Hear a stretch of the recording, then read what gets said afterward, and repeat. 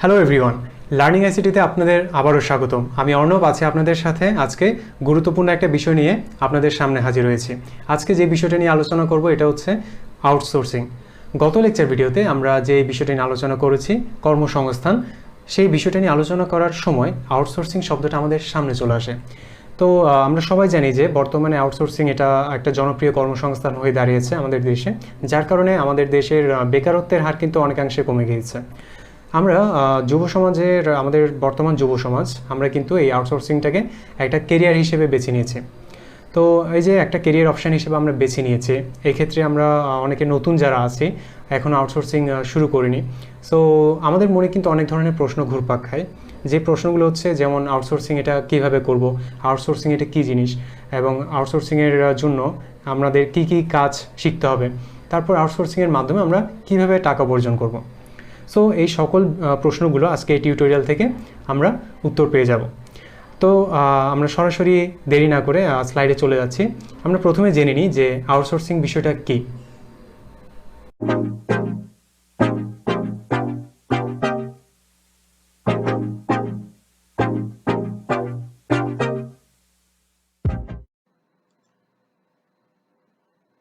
এমনিতে আমরা আউটসোর্সিং বলতে যেটা বুঝি এটা হচ্ছে অনলাইনে কাজ করা।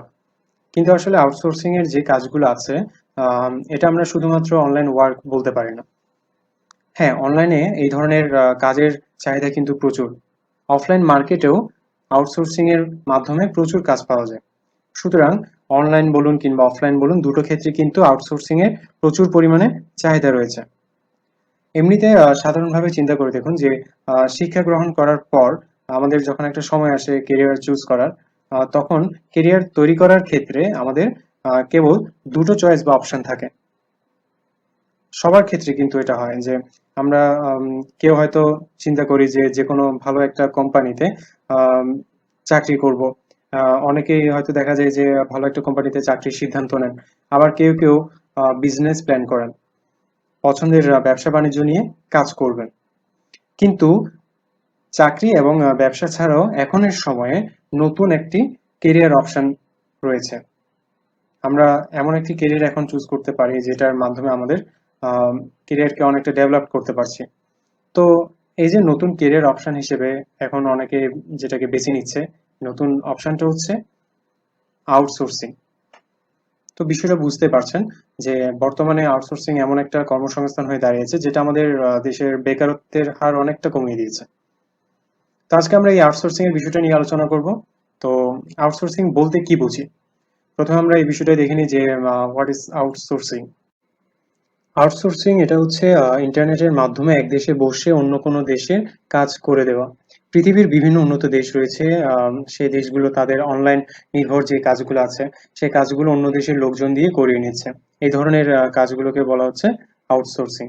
আউটসোর্সিং হচ্ছে কোনো একটা প্রতিষ্ঠানের কাজ সেই প্রতিষ্ঠান নিজেরা না করে তৃতীয় কোনো ব্যক্তি বা প্রতিষ্ঠানের সাহায্যে করিয়ে নিচ্ছে। তো আপনি যে এখানে কাজটা করে দিবেন, এক্ষেত্রে কিন্তু যে কেউ কাজ করতে পারে না। এটার জন্য কিছু দক্ষতা এবং বিশেষ কিছু বিষয়ের উপর আপনার জ্ঞান থাকতে হবে এবং অভিজ্ঞতা থাকতে হবে। তো সোজা কথায় বলতে গেলে যে আউটসোর্সিং এর কাজ করার জন্য আপনার কাছে এমন কিছু বিশেষ স্কিল থাকতে হবে এবং অভিজ্ঞতা বা আপনার এক্সপিরিয়েন্স থাকতে হবে। আর কিছু বিষয়ে আপনার এক কথায় যদি আমি বলি যে কিছু বিষয় আপনার ভালো কাজ জানা লাগবে, যেটা আপনি সেল করতে পারবেন এবং এটার বিনিময়ে আপনি কিছু অর্থ উপার্জন করতে পারবেন, অর্থাৎ বৈদেশিক মুদ্রা বলতে পারি। তো এই যে আউটসোর্সিং শব্দটি, এই শব্দটি আনা হয়েছে অ্যাকচুয়ালি আউটসাইড রিসোর্স থেকে। তো আউটসাইড রিসোর্সিং এটা হচ্ছে, আউটসাইড বলতে আমরা নর্মালি বাইরে বুঝি, তো এখানে আউটসোর্সিং এর ক্ষেত্রে এটা হচ্ছে দেশের বাইরে বোঝানো হচ্ছে। তো এখানে রিসোর্স এটা হচ্ছে উৎস। তাহলে এখানে যে আউটসোর্সিং শব্দটা এসেছে কোথা থেকে? এই যে আউটসাইড রিসোর্স এই বাক্যটি থেকে। তাহলে এখন এই যে আউটসাইড অর্থাৎ বাইরের দেশ থেকে আমরা কোনো একটা উৎস ব্যবহার করে যে কাজগুলো করে দিচ্ছি, কোনো একটা ধরুন কোনো একটা কোম্পানির হয়ে কিংবা কোনো একটা নির্দিষ্ট বায়ারকে আমরা তাদের কাজগুলো করে দিয়ে এটার বিনিময়ে আমরা একটা অর্থ উপার্জন করছি, বৈদেশিক মুদ্রা অর্জন করছি। তো এটাই হচ্ছে আউটসোর্সিং। তো আমি আরেকটু ভালো করে যদি বলতে যাই তাহলে আউটসোর্সিং হচ্ছে এমন একটা প্রক্রিয়া যেখানে একজন ব্যক্তি, সংগঠন বা কোম্পানি তাদের নির্দিষ্ট কাজগুলো করানোর উদ্দেশ্যে অন্য কোনো ব্যক্তি, সংগঠন বা কোম্পানি কিংবা যে কোনো ফ্রিল্যান্সার, হ্যাঁ, এদের সাথে চুক্তি করবে এবং চুক্তি করার পরে ওদেরকে দিয়ে কাজগুলো করিয়ে নিবে। তো এভাবেই যেকোনো কাজ বা কাজের চুক্তির বিনিময়ে কত টাকা দেওয়া নেওয়া হবে সেটা কিন্তু আগে থেকে নির্ধারণ করে দেওয়া হয়। অর্থাৎ সেই চুক্তির মাধ্যমেই কোনো একটা কাজ কেউ দিল, দেওয়ার পরে সেটার জন্য কত টাকা প্রযোজ্য হবে, কত ডলার প্রযোজ্য হবে সেটা সেখানে উল্লেখ করে দেওয়া হবে। তো এভাবে কিন্তু বাইরের কাজগুলো বিভিন্ন কোম্পানি কিংবা বিভিন্ন ফ্রিল্যান্সার করে দিয়ে থাকে। উদাহরণস্বরূপ আমি যদি বলি, ধরে নিন আপনার একটা ওয়েবসাইট আছে, সেই ওয়েবসাইটে আপনি রেগুলার একটা করে আর্টিকেল পাবলিশ করছেন, অথবা আপনার ওয়েবসাইটের জন্য একটা ডিজাইন প্রয়োজন। এখন আপনার হাতে সময় নেই, আপনি কি করবেন? আপনি চাইছেন যে আপনার এই কাজগুলো অন্য কারো মাধ্যমে করিয়ে নিতে। তো এখন এটার জন্য সব থেকে ভালো একটা উৎস কি? এটা আমরা ইন্টারনেটের মাধ্যমে বাইরের দেশের কিংবা যে কোনো বাইরের মাধ্যমে এটা করিয়ে নিতে পারবো। তো আমাদের বর্তমানে যে জনপ্রিয় যে উৎসগুলো আমরা দেখতে পাই, আপওয়ার্ক আছে, তারপর ফাইবার আছে। এখানে অনেকেই এই যে আউটসোর্সিং এর কাজগুলো করে থাকে অনলাইনের মাধ্যমে। অফলাইনের মাধ্যমেও করা যায়। তো অফলাইনের মাধ্যমেও যদি আপনি চান করে নিতে পারবেন। তো অনলাইনের মাধ্যমে যদি করে নিতে চান তাহলে এটা কি? এই যে ইন্টারনেটের মাধ্যমে আপনি যেটা করছেন, সেখানে কিছু কনটেন্ট রাইটার, ভালো কিছু কনটেন্ট রাইটার আপনি খুঁজে নিবেন এবং আপনার ডিজাইনের জন্য আপনি ভালো কিছু ডিজাইনার খুঁজে নিতে পারেন। তো খুঁজে নেওয়ার পর আপনি তাদের সাথে চুক্তি করবেন। এই যে চুক্তি করবেন, এটা হচ্ছে কিরকম? আপনি আপনার এই কাজটা নির্দিষ্ট সময়ের মধ্যে ওর কাছ থেকে করিয়ে নিবেন, এর বিনিময়ে ওকে কিছু অর্থ প্রদান করবেন। তো যিনি আপনাকে কাজটা করে দিবেন উনি আপনার সাথে অবশ্যই চুক্তিবদ্ধ হবেন যে হ্যাঁ, আমি আপনাকে কাজটা করে দিব, এই নির্দিষ্ট সময়ের মধ্যে আমাকে এত টাকা দিতে হবে, এত ডলার আমাকে দিতে হবে। তো আপনার সাথে তিনি যখন চুক্তিবদ্ধ হবেন, আহ, তো চুক্তিবদ্ধ হওয়ার পরে এখানে নির্দিষ্ট একটা সময়ের মধ্যে আপনাকে কাজটা করে দিল। তো এখানে কি হলো? এতে আপনার কিছু টাকার বিনিময়ে কাজটা খুব সহজে হয়ে গেল এবং আপনার সময়ও নষ্ট হলো না। তাহলে এখানে দেখা যাচ্ছে যে আপনি যে একটা উৎস ব্যবহার করে, হ্যাঁ, এই কাজটা করিয়ে নিচ্ছেন। তো এই প্রক্রিয়াটাকে বলা হচ্ছে আউটসোর্সিং। এটা আপনার ক্ষেত্রে এটা হচ্ছে আউটসোর্সিং করা। আর যিনি আপনাকে কাজটা করে দিয়েছেন, আপনার সাথে যিনি চুক্তি করেছেন, এই যে কন্টেন্ট রাইটার অথবা ডিজাইনটা আপনাকে আপনাকে যে আর্টিকেলটা তৈরি করে দিয়েছে কিংবা আপনার ডিজাইনটা যে আপনাকে করে দিয়েছে, তার ক্ষেত্রে এটা হবে তিনি এখানে ফ্রিল্যান্সার হিসেবে কাজ করছেন। অর্থাৎ তিনি আউটসোর্সিং এর মাধ্যমে টাকা আয় করছেন। বিষয়টা ক্লিয়ার হয়েছে আশা করছি। তো এটাই হচ্ছে আউটসোর্সিং। তো তাহলে এখন আপনারা বুঝতে পেরেছেন যে আউটসোর্সিং বলতে কি বোঝায়। আচ্ছা, এখন আসি আউটসোর্সিং কত প্রকার ও কি কি টাইপস অফ আউটসোর্সিং নিয়ে। এই যে বিভিন্ন প্রকার কাজগুলো বিভিন্ন কোম্পানি আউটসোর্সিং এর মাধ্যমে করিয়ে নেন। এই যে আমাদের বর্তমানে বিভিন্ন কাজ, আমরা আউটসোর্সিং এর বিভিন্ন কাজ আছে যেগুলো আমরা ইন্টারনেটের মাধ্যমে ঘরে বসে কিন্তু করে নিতে পারছি।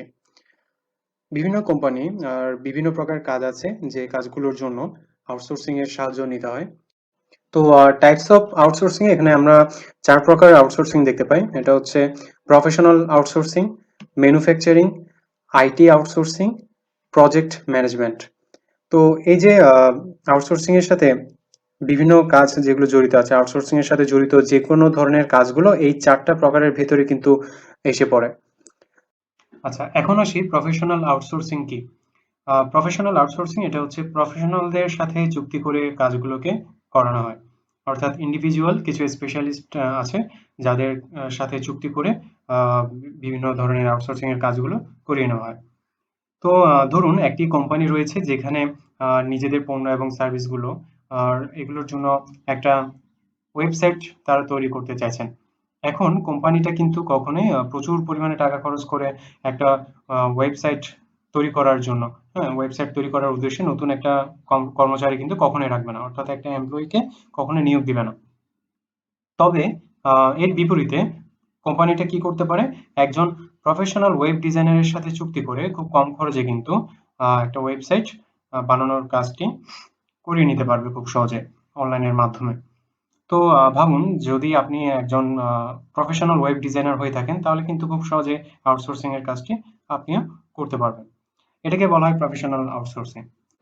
এখন আসি ম্যানুফ্যাকচারিং কি। ম্যানুফ্যাকচারিং এটা হচ্ছে ধরুন আপনার একটা স্মার্টফোন কোম্পানি আছে। তো এখন আপনি যে স্মার্টফোনগুলো তৈরি করছেন, এই স্মার্টফোনগুলো নিজের দেশে ম্যানুফ্যাকচার বা ডিজাইন করলে আপনার আর্থিকভাবে প্রচুর পরিমাণে ক্ষতি হচ্ছে। তো আপনি কি করলেন? এই যে স্মার্টফোনের যে ডিজাইনগুলি, উৎপাদনগুলো করার জন্য স্মার্টফোনগুলোর ম্যানুফ্যাকচারের যে কাজগুলো আছে, এগুলোর জন্য আপনি একটা বাইরের দেশের ম্যানুফ্যাকচার কোম্পানিকে দায়িত্ব দিয়ে দিলেন। তো এই ক্ষেত্রে দেখা যাচ্ছে কি এতে আপনার মোবাইল উৎপাদনের কাজ অনেক কম খরচে কিন্তু হয়ে যাচ্ছে। তাছাড়া আপনি মোবাইলের যে বিভিন্ন অংশগুলো আছে, ক্যামেরা, ডিসপ্লে প্যানেল, তারপর স্পিকার, বিভিন্ন পার্টস গুলো আপনার যেগুলো আর্থিক সুবিধা অনুযায়ী আপনি আলাদা আলাদা জায়গায় উৎপাদন করতে দিয়ে দিলেন। যেহেতু আপনি আপনার কোম্পানির এই যে স্মার্টফোনের স্মার্টফোনগুলির ডিজাইন এবং উৎপাদন করার জন্য বিভিন্ন ক্ষেত্রে অন্য কোম্পানি বা সংগঠনের সাথে চুক্তি করছেন, এটাকে বলা হচ্ছে আউটসোর্সিং ম্যানুফ্যাকচারিং। অর্থাৎ বিষয়টা বুঝাতে পেরেছি আপনাদেরকে। এই ধরনের আউটসোর্সিং গুলো কেবল পণ্য উৎপাদন এবং কাজের সাথে এই পণ্য উৎপাদনের কাজের সাথে কিন্তু জড়িত থাকে। তারপর আসি এই যে আইটি, তারপর আইটি আউটসোর্সিং, প্রজেক্ট ম্যানেজমেন্ট, এগুলো হচ্ছে এই ধরনের আউটসোর্সিং এর ক্ষেত্রে একটা কোম্পানি বা সংগঠন তাদের যে কোনো একটি নির্ধারিত কাজ অন্য একটি আউটসোর্সিং কোম্পানিকে বা সংগঠনকে, কোনো প্রফেশনালকে এই প্রকল্পগুলো দিয়ে দেওয়া হয়। তো এই প্রজেক্টের সম্পূর্ণ দায়িত্ব আউটসোর্সিং কোম্পানি বা সংগঠনটি নিতে হবে, অথবা যতদিন না এই প্রজেক্টটা শেষ হচ্ছে। সোজাভাবে বললে যে কোনো কাজ এই যে প্রজেক্ট হিসেবে আউটসোর্সিং কোম্পানিকে দেওয়া হলে সেটাকে বলা হয় যে প্রজেক্ট ম্যানেজমেন্ট অথবা প্রজেক্ট বেস আউটসোর্সিং। উদাহরণস্বরূপ ধরুন যে আপনার অফিসে থাকা সম্পূর্ণ কম্পিউটারের মধ্যে কোনো ভাইরাসের সুরক্ষার জন্য আপনার এই কাজটি একটি আইটি কোম্পানিকে প্রজেক্ট হিসেবে আপনি দিয়ে দিলেন। তো এই ক্ষেত্রে আইটি কোম্পানি যতদিন না অবধি আপনার এই কম্পিউটারের সম্পূর্ণ ভাইরাস থেকে সুরক্ষা দেওয়ার কাজটি শেষ না করছে, ততদিন প্রজেক্টটা সম্পূর্ণ হবে না।